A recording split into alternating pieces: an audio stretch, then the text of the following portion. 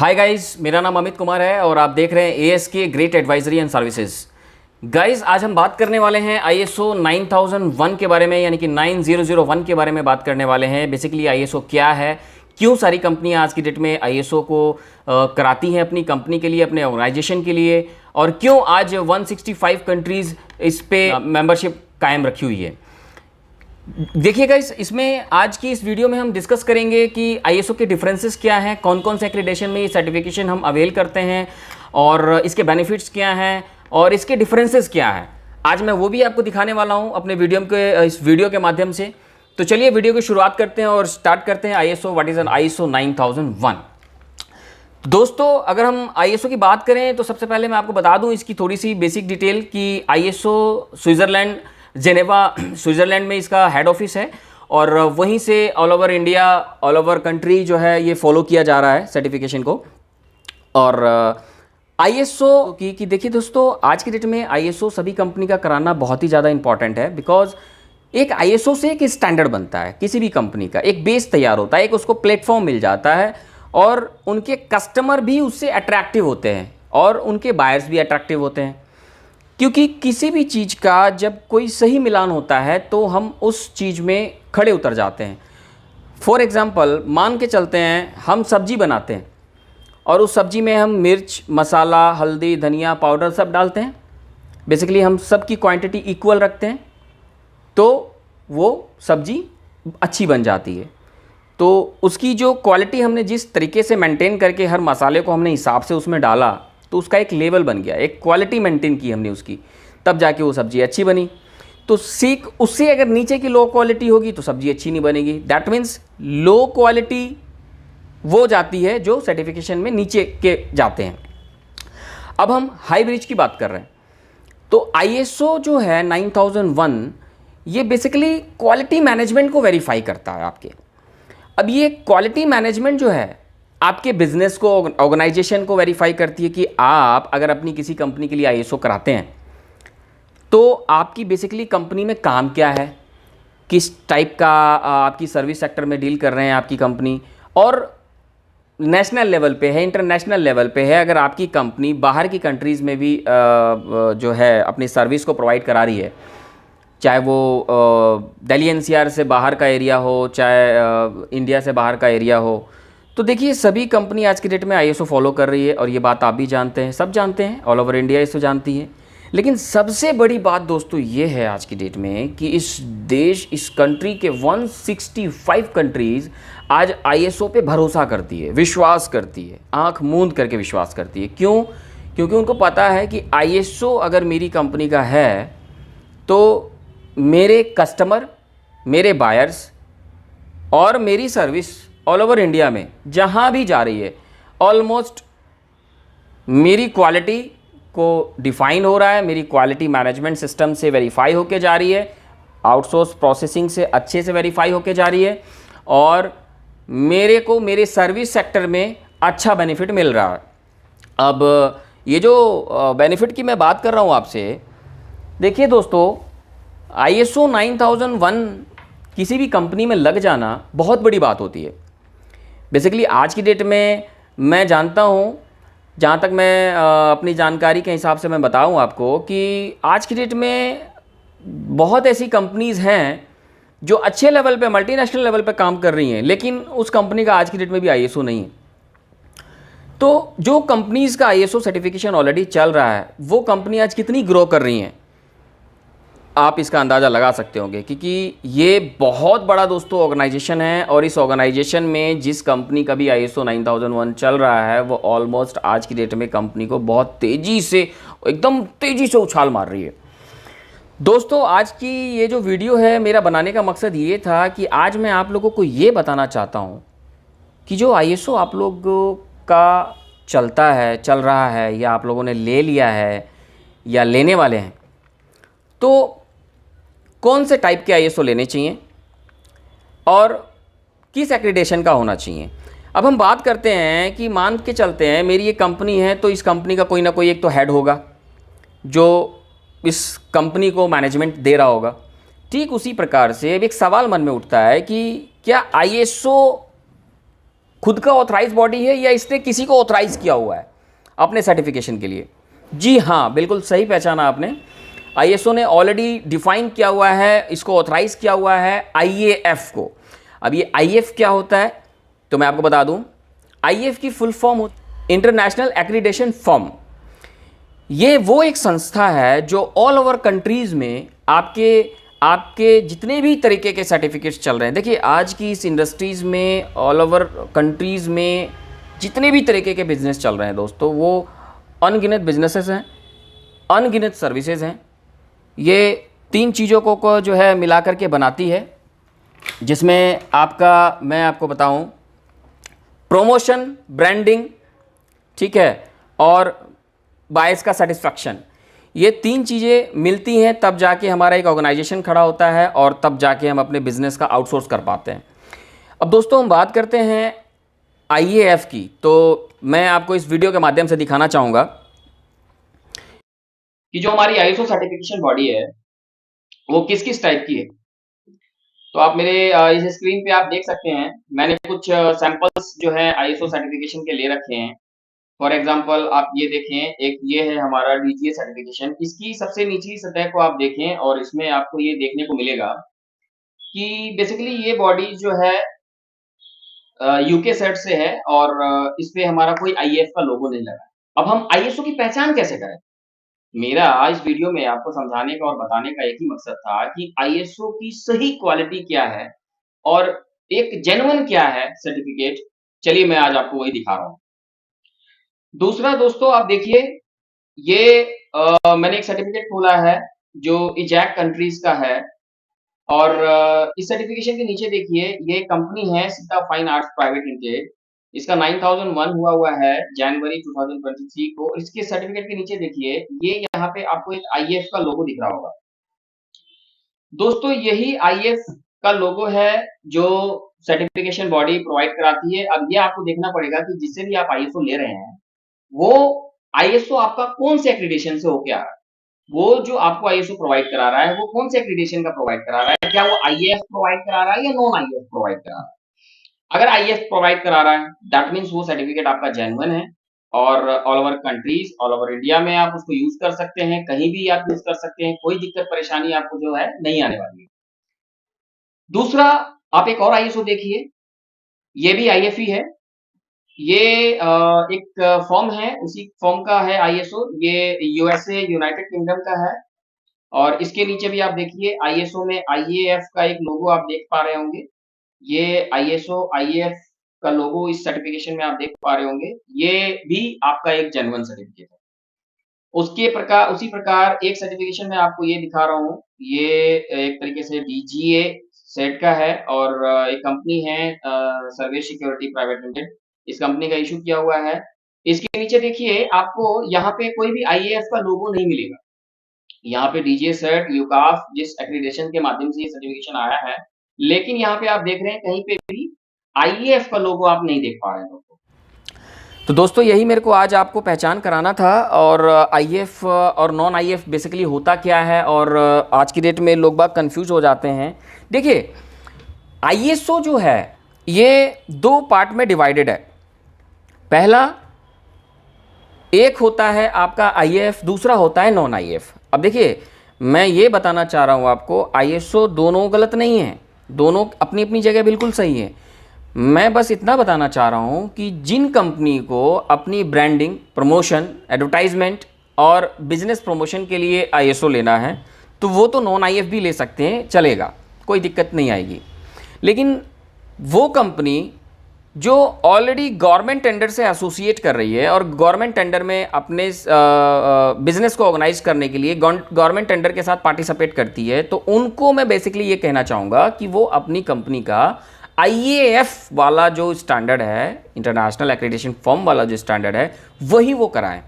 Because government tender में क्या होता है कि आईएएफ की नीड आती है और विदाउट आईएएफ का अगर कोई सर्टिफिकेशन होगा ना तो वो आपके सर्टिफिकेशन को पास नहीं करेंगे, आपके टेंडर को पास नहीं करेंगे, आपका टेंडर जो है वहाँ पे इनवैलिड हो जाएगा।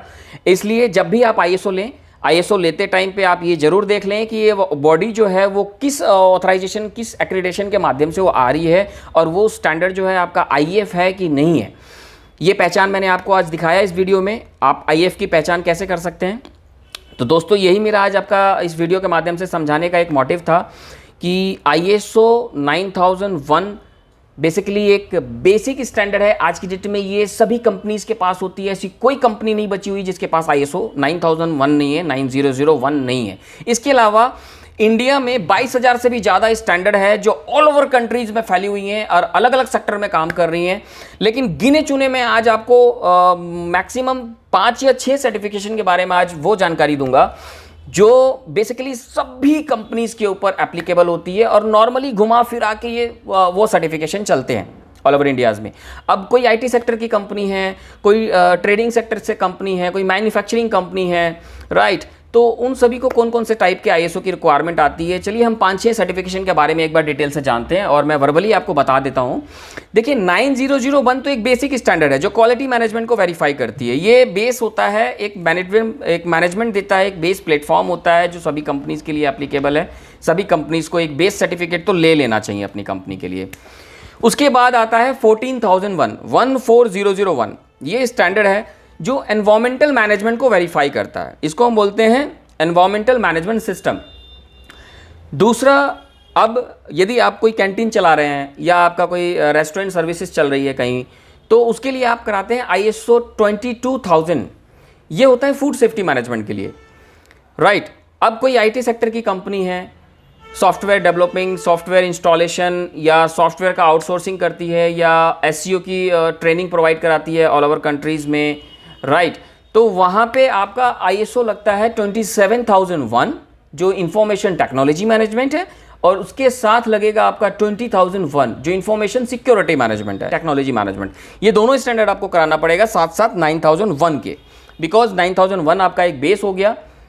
इंफॉर्मेशन सिक्योरिटी मैनेजमेंट आप 20,000 से अप्रूव हो चुके हैं और 27,000 से आप टेक्नोलॉजी मैनेजमेंट से अप्रूव हो चुके हैं।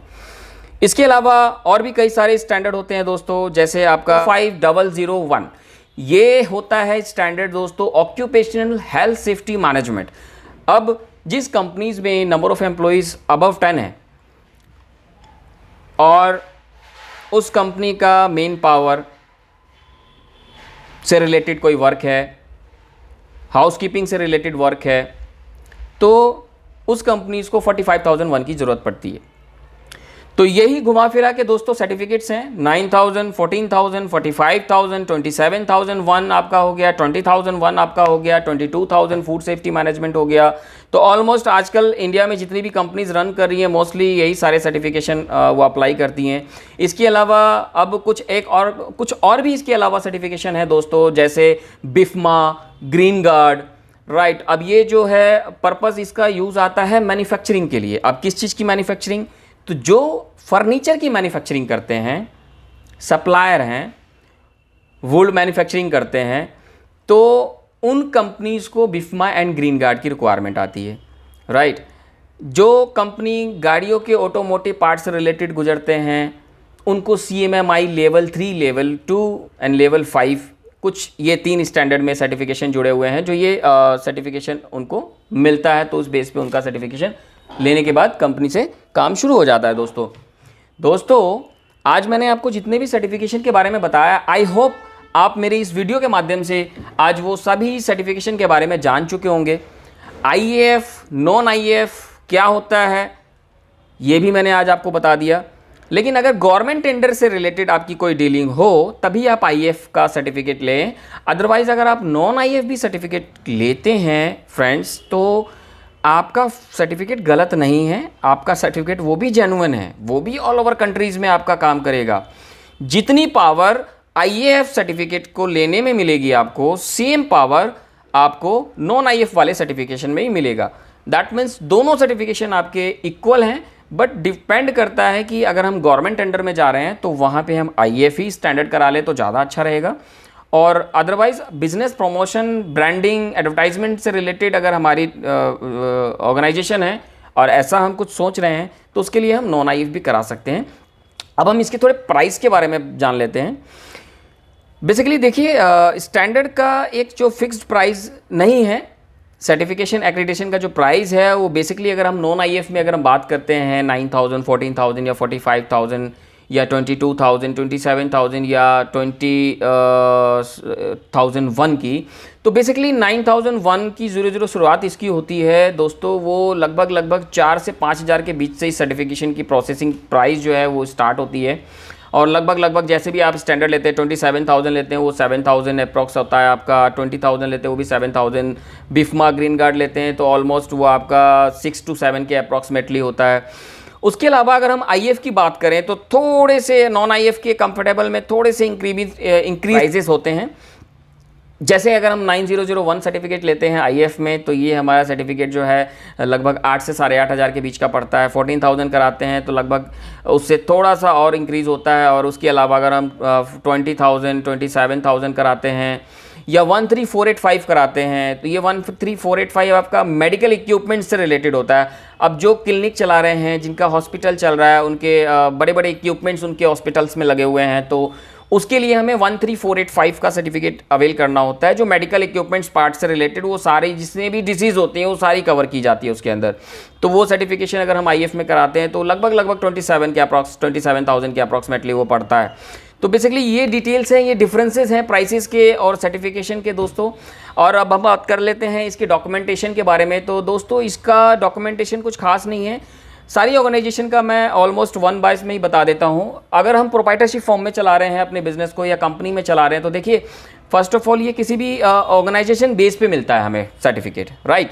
और इसकी जो डॉक्यूमेंट हिस्ट्री होती है वो बेसिकली आपका जीएसटी सर्टिफिकेट हो गया, आपके कंपनीज़ के जो भी सेल एंड परचेज इनवॉइसेस होते हैं 5 बिल्स की कॉपीज़ आपको वो प्रोवाइड करानी होती है। उसके बाद जो प्रोप्राइटर होता है उसका पैन कार्ड, आधार कार्ड लगता है। जो कंपनी होती है उसमें इनकॉर्पोरेशन सर्टिफिकेट की कॉपी लगेगी, आपका मेमोरेंडम लगेगा, आपकी सेल एंड परचेज लगेगी, ये बिल्स की कॉपीज़ लगती है। उसके अलावा जो भी आपने लीगल डॉक्यूमेंट्स बना रखे हैं जैसे एमएसएमई हो गया आपका या एफएसएसआई हो गया आपका, क्योंकि देखिए दोस्तों अगर आईएएफ स्टैंडर्ड अगर आप अवेल करना चाहते हैं और यदि आप फूड डिपार्टमेंट से हैं तो आपको मैन्युफैक्चरिंग लाइसेंस शो करना पड़ेगा। और अगर आप पॉल्यूशन डिपार्टमेंट से हैं, केमिकल से हैं, तो आपको पॉल्यूशन सर्टिफिकेट भी साथ में लगाना पड़ेगा, तब जाके हमारा ये आईएसओ आपको मिलता है। तो दोस्तों यही कुछ नॉमिनल से डॉक्यूमेंट्स होते हैं जो आईएसओ को अवेल करने के लिए इनफ होते हैं, क्योंकि इससे ये पहचान की जाती है कि आपकी जो फर्म है, आपकी जो ऑर्गेनाइजेशन है, आपकी जो कंपनी है वो रन में है, रनिंग कर रही है, स्टॉप नहीं है। अच्छा, और एक चीज़ मैं आपको बताऊं दोस्तों, ये 3 साल का सर्टिफिकेट होता है और 3 साल के दरमियान जो 2 साल का गैपिंग पीरियड होता है उसमें आपको हर साल एनुअल ऑडिट कराना पड़ता है। ये एनुअल ऑडिट कराना भी बहुत ज़रूरी है। अगर हम इसको कंटिन्यू टाइम टू टाइम कराते रहते हैं तो हमारा सर्टिफिकेट एक्टिव रहता है, अदरवाइज ये सर्टिफिकेट हमारा डीएक्टिवेट चला जाता है। तो इसलिए जिन भी क्लाइंट्स ने जिन भी ऑर्गेनाइजेशन के लिए आईएसओ को करा रखा है तो आप उसकी ऑडिट को समय समय पर ज़रूर कराएँ, क्योंकि 11th मंथ में आपका फर्स्ट ऑडिट होता है और 23rd मंथ में आपका सेकंड ऑडिट होता है। तो ये ऑडिट अगर टाइम से हो जाएगा तो वेल एंड गुड है। 3 साल के बाद आपका सर्टिफिकेट फिर रिन्यूअल प्रोसेस में जाता है, तो फिर से नया सर्टिफिकेशन, फिर से ऑलमोस्ट सारे डॉक्यूमेंट्स हमें लगाने पड़ते हैं, तब जाके ये मिलता है। दोस्तों ये तो मैंने आपको बताया डॉक्यूमेंट्स के बिहाफ पे वो स्टैंडर्ड जो डॉक्यूमेंटेशन के बिहाफ पे चलते हैं। अब कुछ डॉक्यूमेंट्स के बिहाफ पे ऐसे भी स्टैंडर्ड हैं जो होता है इम्प्लीमेंटेशन। अब कोई मैन्युफैक्चरिंग कंपनी है, कोई बड़े सेक्टर में लेवल पे कंपनी है, इंडस्ट्रियल एरिया में कंपनी अपनी चला रही है और उस कंपनी की डिमांड आई है कि मेरे को 9001 इम्प्लीमेंटेशन कराना है। अब ये इम्प्लीमेंटेशन होता क्या है ये भी मैं आपको आज बता ही देता हूँ इस वीडियो में।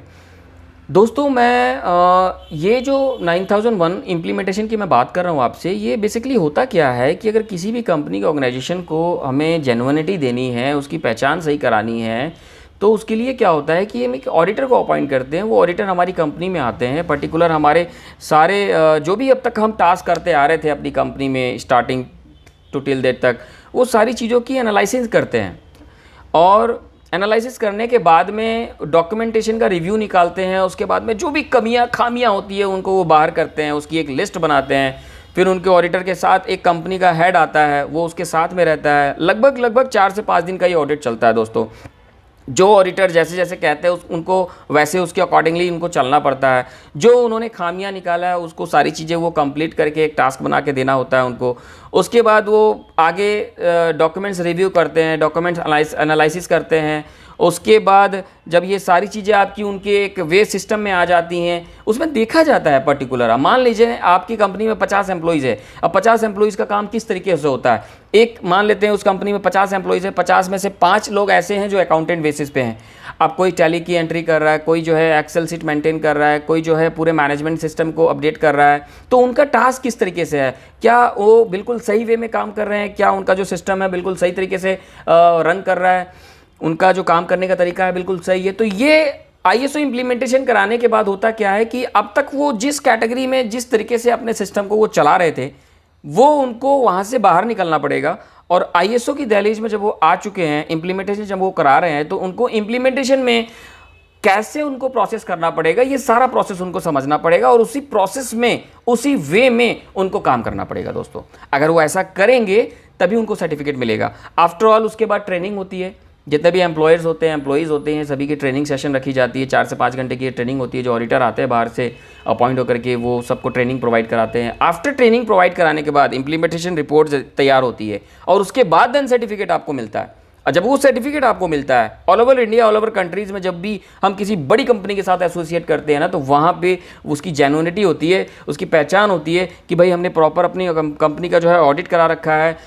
हर एक ऑडिट में हर एक चीज़ को अच्छे से डिफाइन किया हुआ है, हर एक चीज़ जो है सिस्टम में चल रही है, इससे कोई तरीके की कोई इशू नहीं है। तो आप जो है हमारी कंपनी के साथ एसोसिएट हो सकते हैं और आपको बोलने की ज़रूरत नहीं पड़ेगी दोस्तों, कंपनी खुद ही आपको जो है एसोसिएट कर लेगी, आपके साथ टाई अप हो जाएगी, क्योंकि उसने देख लिया आपकी कंपनी का ऑर्गेनाइजेशन और आपकी कंपनी का इम्प्लीमेंटेशन किस तरीके से आपने किया हुआ है अपनी कंपनी का। तो दोस्तों यही मेरा खास आज मकसद रहा आपको इस वीडियो के माध्यम से अपने 9001 के बारे में आपको बताने का। अगर आपको ये मेरी वीडियो अच्छी लगी हो तो मेरी वीडियो को लाइक ज़रूर करें, सब्सक्राइब ज़रूर करें और साथ के साथ बेल बटन पे ज़रूर क्लिक करें, ताकि आपको नेक्स्ट मैं और भी आने वाली वीडियोस बनाऊंगा, उसमें मैं और भी तरीके के स्टैंडर्ड को रखूंगा, जिसमें आप लोगों के बिज़नेस का जो भी पार्ट होगा वो सारा का सारा उसमें इन्वॉल्व होगा और आप लोग को नॉलेज बढ़ेगी उससे। तो दोस्तों इसी के साथ जो है मैं इस वीडियो को आज यहीं स्टॉप कर रहा हूं और नेक्स्ट वीडियो में फिर हम मिलते हैं। तब तक के लिए धन्यवाद, थैंक यू।